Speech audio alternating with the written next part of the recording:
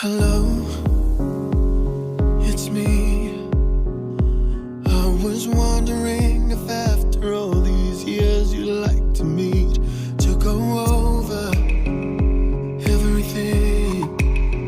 They say that time's supposed to heal you, but I ain't done much healing. How many times I'ma keep on living this chapter?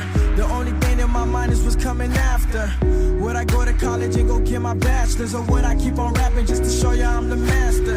I look people in their eyes so they can see my pain. So hopefully they can realize somehow we are the same. Rather it's different color, different image, different name. We all hope for sunny days but only get the rain. I know exactly how it feels when you all alone, thinking no one wouldn't care if you dead and gone. Like how to get through all this pressure, do I keep it strong? I have to find my own therapy within this microphone.